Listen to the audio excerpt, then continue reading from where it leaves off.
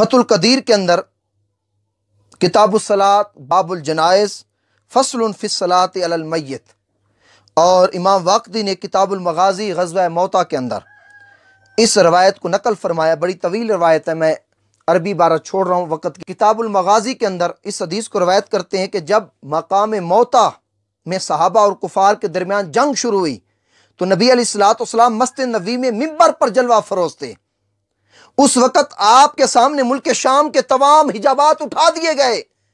आका अलैहिस्सलातु वस्सलाम बैठे तो मस्जिद नबवी के मिंबर पर थे, निगाह नबुव्वत से मुल्क शाम के उस मंजर को देख रहे थे जहाँ ग़ज़वा मौता का जो है मंजर आपकी आंखों के सामने था। सहाबा जिस जंग के अंदर अपने जोहर दिखा रहे थे, तब आप अलैहिस्सलातु वस्सलाम ने क्या फरमाया? आपने फरमाया ज़ैद बिन हारिसा रज़ी अल्लाह ताला अन्हु ने झंडा पकड़ लिया और जंग करते करते शहीद हो गए। चुनाचा आपने उनकी नमाज जनाजा पढ़ी। हदीस के अल्फाज हैं, आप अलैहिस्सलातु वस्सलाम ने उनकी नमाज जनाजा पढ़ी। फसल्ला अलैहि वदा लहू वकाल अस्तगफिरु लहू दखल अल जन्ना। आका ने नमाज जनाजा पढ़ी। नमाज जनाजा पढ़ने के बाद फिर उनके लिए दुआ की और फरमाया कि तुम भी इसके लिए इस्तिग़फ़ार करो, और अल्लाह और वो जन्नत में दाखिल हो गए और वहां दौड़ रहे हैं।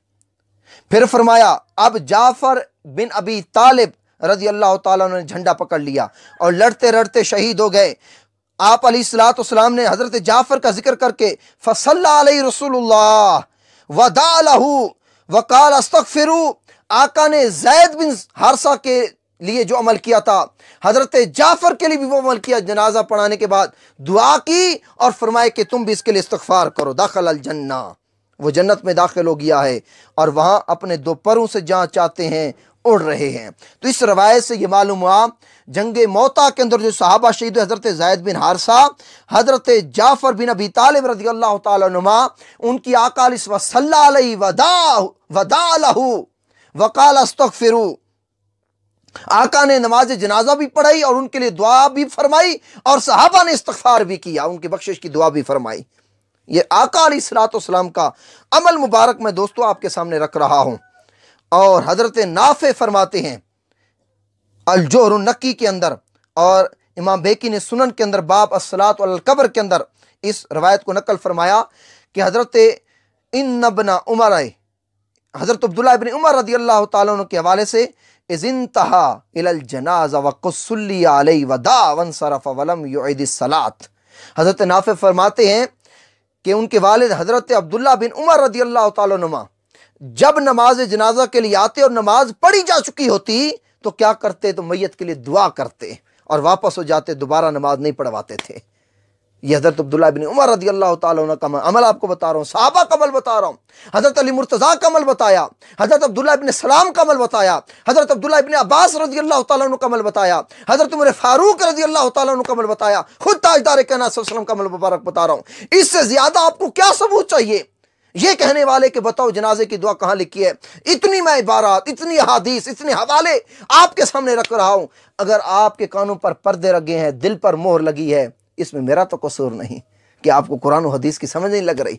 आप अपने मसलक के इख्तलाफात से निकल नहीं रहे। उस मसलक की मोहब्बत में आप लोगों ने कुरान और हदीस को पसे पुष्ट डाल रखा है।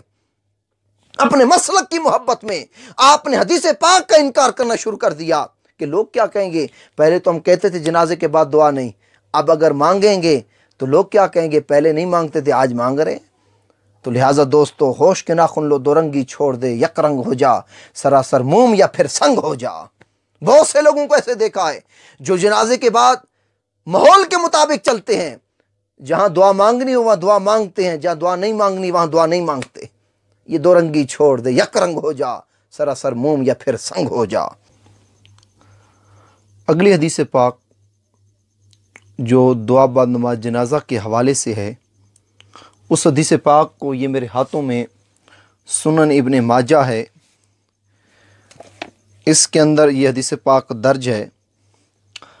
हदीस का नंबर है 1558 और बाप नंबर है 450। ये सुनन इब्न माजा और ये सुनन अबू दाऊद मेरे हाथों में है। इसका हदीस नंबर है 1422, बाप नंबर 600। अद्दुआ लिल मय्यित, मय्यत के लिए दुआ करना। और ये मेरे हाथों में तीसरी किताब मिशकातुल मसाबी है, मिशकात शरीफ, इसकी हदीस नंबर 1583।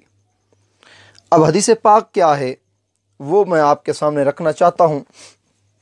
वो हदीस हज़रत अबू हुरैरा रज़ियल्लाहु ताला अन्हु से रवायत है।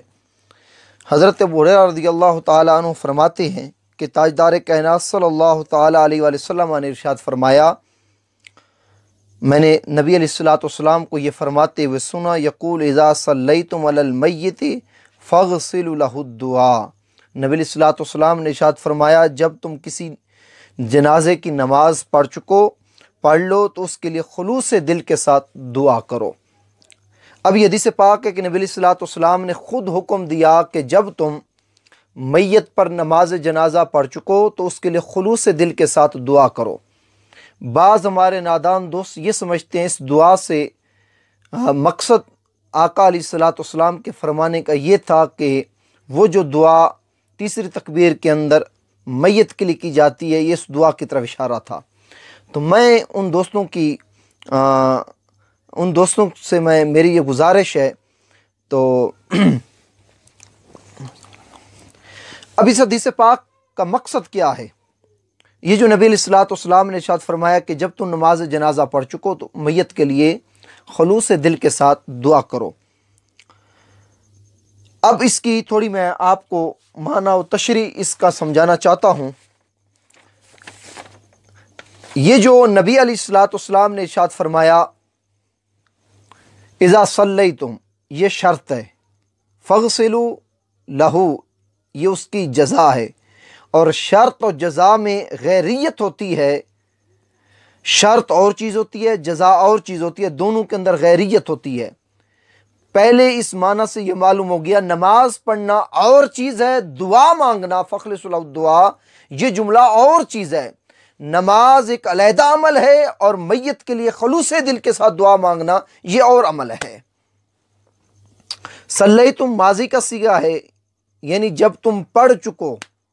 ये नहीं कहा कि पढ़ रहे हो, जब तुम नमाज के दौरान हो, जब तुम नमाज पढ़ रहे हो, नहीं, सल्लैतुम जब तुम पढ़ चुको, माजी का सीगा है, जब तुम पढ़ चुको क्या करो, फ़ग़सिलू लहु दुआ, ये अमर का सीगा है, फिर तुम उस मैयत के लिए खुलूस दिल के साथ दुआ करो। कुरान की मिसाल मैं आपके सामने रखना चाहता हूँ कि ये इसका माना फ़ग़सिलू लहु दुआ, मैयत के लिए खुलूस दिल के साथ दुआ करो, ये जनाजे के बाद दुआ का माना, ये जनाजे के बाद दुआ का हुक्म है, ना कि जनाजे के अंदर दुआ का हुक्म है। दो मिसालें कुरान मजीद से आपको देना चाहता हूँ। कुरान मजीद में अल्लाह तबारक तआला ने इरशाद फरमाया, फ़इज़ा क़ुदियतिस सलातो, जब तुम नमाज जुमा अदा कर चुको क्या करो, फ़ंतशिरू फ़िल अर्दे, तो तुम ज़मीन में फैल जाओ रिस्क तलाश करने के लिए। फ़ंतशिरू, जैसे वहाँ फरमाया इज़ा सल्लैतुम अलल मय्यिति फ़ग़सिलू लहु दुआ, जब तुम मैयत पर नमाज जनाजा पढ़ चुको तो उसके लिए खुलूस दिल के साथ दुआ करो। यहाँ कुरान मजीद में फरमाया फ़इज़ा क़ुदियतिस सलातो, जब तुम नमाज अदा कर चुको, फ़ंतशिरू फ़िल अर्दि, फ़ंतशिरू, फिर तुम ज़मीन में रिस्क हलाल तलाश करने के लिए जो है फैल जाओ। अब ये फ़ंतशिरू यानी फैल जाओ, रिस्क तलाश करने के लिए मुंतशिर हो जाओ, ये हुक्म ये नहीं है कि तुम नमाज के अंदर ही ज़मीन में फैल जाओ अपना रिस्क तलाश करने के, नहीं। फ़ंतशिरू फ़िल अर्दि का मतलब है कि नमाज मुकम्मल करने के बाद तुम ज़मीन में फैल जाओ रिस्क के हलाल तलाश करने के लिए। तो जहाँ ये माना कुरान मजीद से मालूम हो रहा है कि नमाज अदा करने के बाद फ़ंतशिरू फ़िल अर्दि, मुंतशिर जो रिस्क हलाल तलाश करने के लिए, बिल्कुल हदीस पाक का मकसद जो है मतलब ये निकलता है कि इज़ा सल्लैतुम अलल मय्यित, जब तुम मैयत पर नमाज जनाजा पढ़ चुको, फ़ग़सिलू लहु दुआ, फिर नमाज जनाजा पढ़े जाने के बाद मैयत के लिए खुलूस दिल के साथ दुआ करो। दूसरी आयत मुबारका अल्लाह तबारक तआला ने इरशाद फरमाया फ़इज़ा तइमतुम फ़ंतशिरू, जब तुम खाना खा चुको, टाइम तुम जब तुम खाना खा चुको, फंतशिरू, फिर तुम चले जाया करो, उठ के चले जाया करो। ना कि ये फरमाए कि जब तुम खाना खा रहे हो चले जाया करो, नहीं, यानी खाना खा चुको, बिल्कुल खत्म, खा के फारिग हो जाओ, फंतशिरू, फिर तुम जो है चले जाया करो उठ के। तो इसलिए इन दो मिसालों से और नाहवी तरकीब से ये बात अज़र मिन शम्स हो जाती है कि आका ने जो ये फरमाया इज़ा सल्लैतुम अलल मय्यत, जब तुम मैयत पर नमाज जनाजा पढ़ो, फ़ग़सिलू लहु दुआ, तो उसके लिए खुलूस दिल के साथ दुआ करो। इसका मकसद ये है कि जनाजा पढ़े जाने के बाद मैयत के लिए खुलूस दिल के साथ दुआ करो। इमाम हिंदी की कंजुल उमाल है,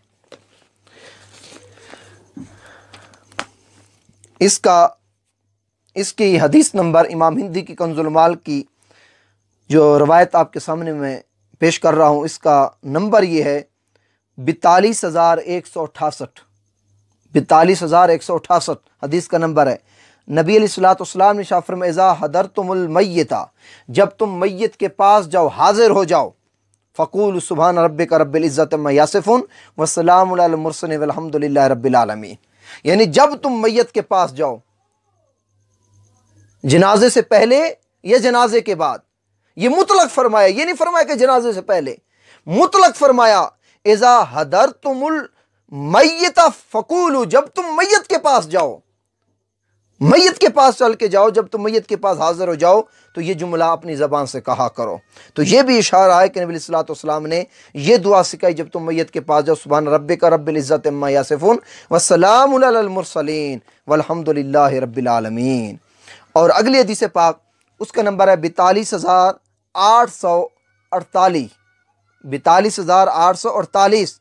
हज़रत अबू हुरैरा फरमाते हैं नबी सल्लल्लाहु अलैहि वसल्लम कि जब नबी सल्लल्लाहु अलैहि वसल्लम बच्चों पर नमाज जनाजा पढ़ते, बच्चों पर जब नमाज जनाजा पढ़ते, सुम्मा काला, फिर कहते, यानी जनाजा पढ़ के कहते, ना कि जनाजे के अंदर। अगर जनाजे के अंदर का मामला होता सुम्मा ना लगाना पड़ता, यानी सुम्मा काला, जनाजा पढ़ कर फिर आका अलैहिस्सलातु वस्सलाम ये कहते थे, ये दुआ मांगते थे, अल्लाहुम्मा आइज़हु मिन अज़ाबिल कब्र, या अल्लाह इन्हें अज़ाब कब्र से महफूज फरमा, अज़ाब कब्र से महफूज फरमा।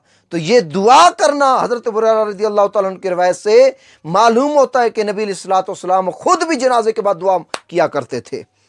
और अगली रवायत बड़ी तवज्जो वाली, उसका नंबर है इमाम हिंदी की कंजुल उमाल की 42,858, 42,857 हदीस का नंबर है। हज़रत अली रवायत करते, काला दानी रसूलुल्लाह सल्लल्लाहु अलैहि वसल्लम, हज़रत अली फरमाते एक दिन नबी अलैहिस्सलातु वस्सलाम ने मुझे बुलाया, फ़काला या अली, आका अलैहिस्सलातु वस्सलाम ने मुझे फरमाया, ऐ अली, इज़ा सल्लैत अलल जनाजा रजुलन फ़कुल, जब भी तुम किसी मर्द का जनाजा पढ़ाओ, आका ने फरमाया जब भी तुम किसी मर्द का जनाजा पढ़ाओ, फ़कुल, फिर ये दुआ मांगा करो। अब वो दुआ नहीं आका ने बताई जो हर नमाज जनाजा के अंदर पढ़ी जाती है, अल्लाह मुग़फ़िर li हय्यिना व मय्यितना व शाहिदिना, ये दुआ नहीं फरमाया आका ने। दुआ क्या बताई, अल्लाहुम्मा हाज़ा अब्दुका इब्नु अब्दिका इब्नु उम्मतिका मादिन फी हुक्मिका, ये दुआ आका अलैहिस्सलातु वस्सलाम ने सिखाई। ये बड़ी तवील दुआ है। आका अलैहिस्सलातु वस्सलाम ने फिर हज़रत अली रज़ियल्लाहु ताला अन्हु को ये दुआ सिखाई, अली रज़ियल्लाहु ताला अन्हु को सिखाई। ये वो दुआ थी हज़रत अली रज़ियल्लाहु ताला अन्हु को जो आका अलैहिस्सलातु वस्सलाम ने तालीम दी। ये बताया हो कि ये जनाजे के अंदर दुआ मांगी जाए, वो तो और दुआ है। ये दुआ जो आका अलैहिस्सलातु वस्सलाम ने सिखाई, इसका मकसद ये था, आका अलैहिस्सलातु हज़रत अली को बता रहे कि जब तुम किसी का जनाजा पढ़ लो, उसके बाद ये दुआ उस बंदे के लिए मांगा करो, उस बंदे के लिए दुआ मांगा करो। तो इमाम हिंदी की कंजुल उमाल से ये रवायात से ये साबित हो जाता है कि मैयत पर नमाज जनाजा पढ़े जाने के बाद दुआ करना ये सुन्नत मुस्तफ़ा है, ये सुन्नत मुस्तफ़ा है। अब ये मेरे हाथों में इमाम हाकिम की अल मुस्तदरक है, इसकी जिल्द नंबर 1 सफ़ा नंबर 512, हदीस का नंबर है 1330।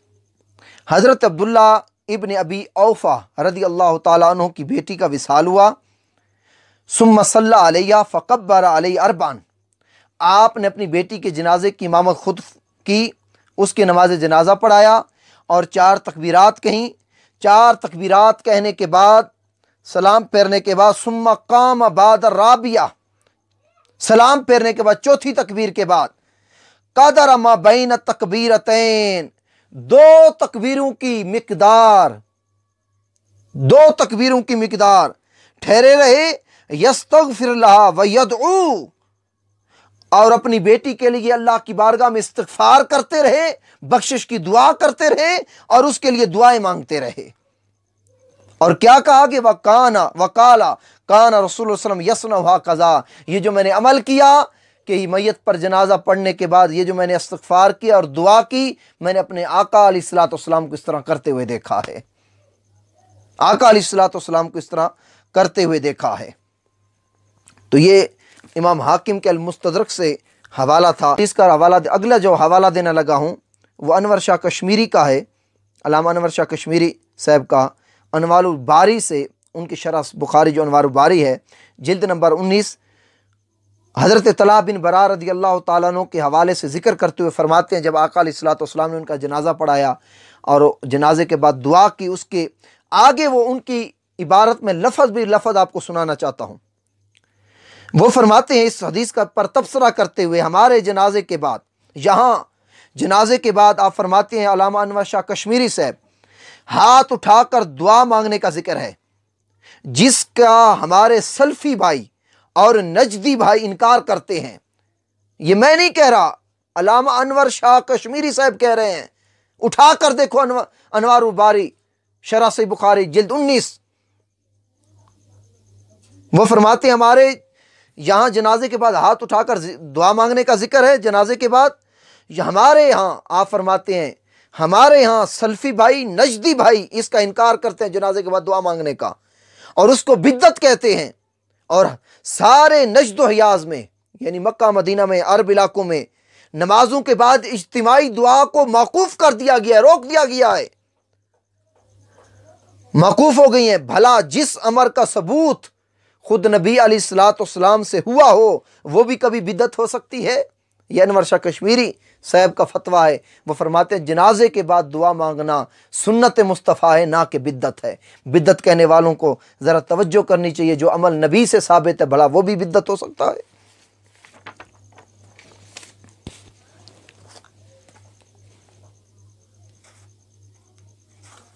अब अगली रवायत इब्न माजा की हदीस पाक और मिशकातुल मसाबी की हदीस पाक, हज़रत अब्दुल्लाह इब्न अब्बास रज़ियल्लाहु ताला अन्हु से यह हदीस मरवी है, अन्ना नबी सल्लल्लाहु अलैहि वसल्लम क़रा अलल जनाज़ा बिफ़ातिहतिल किताब, कि नबी अलैहिस्सलातु वस्सलाम ने जनाजा पर कुरान करीम की सूरह फातिहा पढ़ी। यह हदीस पाक है। इसकी शरह करते हुए शाह अब्दुल हक मुहद्दिस देलवी अपनी तसनीफ अशतुल लुमात में इस हदीस की शरह करते हुए शाह अब्दुल हक मुहद्दिस देलवी फरमाते हैं, व इहतमाल दारद के बर जनाजा बाद अज नमाज या पेश अज़ां बाकस्त तबर्रुक खवानदा बाशुद चुनाचे अल-आन मुतारिफ अस्त। शाह अब्दुल हक मुहद्दिस देलवी फरमाते हैं ये जो आका ने सूरह फातिहा जनाजे पर पढ़ी, ये जनाजे के अंदर नहीं पढ़ी। शाह अब्दुल हक मुहद्दिस देलवी का फतवा सुन लें। एहतमाल है कि नबी सल्लल्लाहु अलैहि वसल्लम ने जनाजे के बाद या इससे कबल बतौर तबर्रुक सूरह फातिहा पढ़ी हो, जैसे आज कर हमारे इलाकों में मुतारिफ है। जैसे आप नमाज जनाजा पढ़ के सूरह फातिहा पढ़ के मैयत के लिए दुआ करते हैं। शाह अब्दुल हक मुहद्दिस देलवी मिशकात शरीफ के हदीस की शरह करते हुए फरमाते हैं आका अलैहिस्सलातु वस्सलाम ने भी सूरह फातिहा पढ़ी थी मैयत के लिए।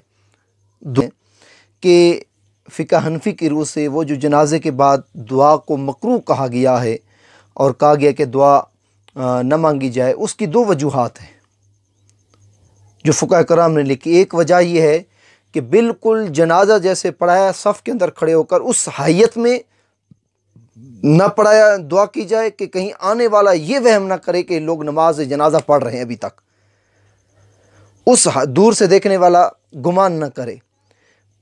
सफ़े तोड़कर नमाज जनाजा पढ़ के सफ़े तोड़ कर मैयत के लिए दुआ करना ये मुबाह और मुस्तहसन है। दूसरी वजह यह है कि दुआ को तवालत न दी जाए, तवालत न दी जाए, मुख्तसर दुआ करके जो है मैयत को दफनाया जाए।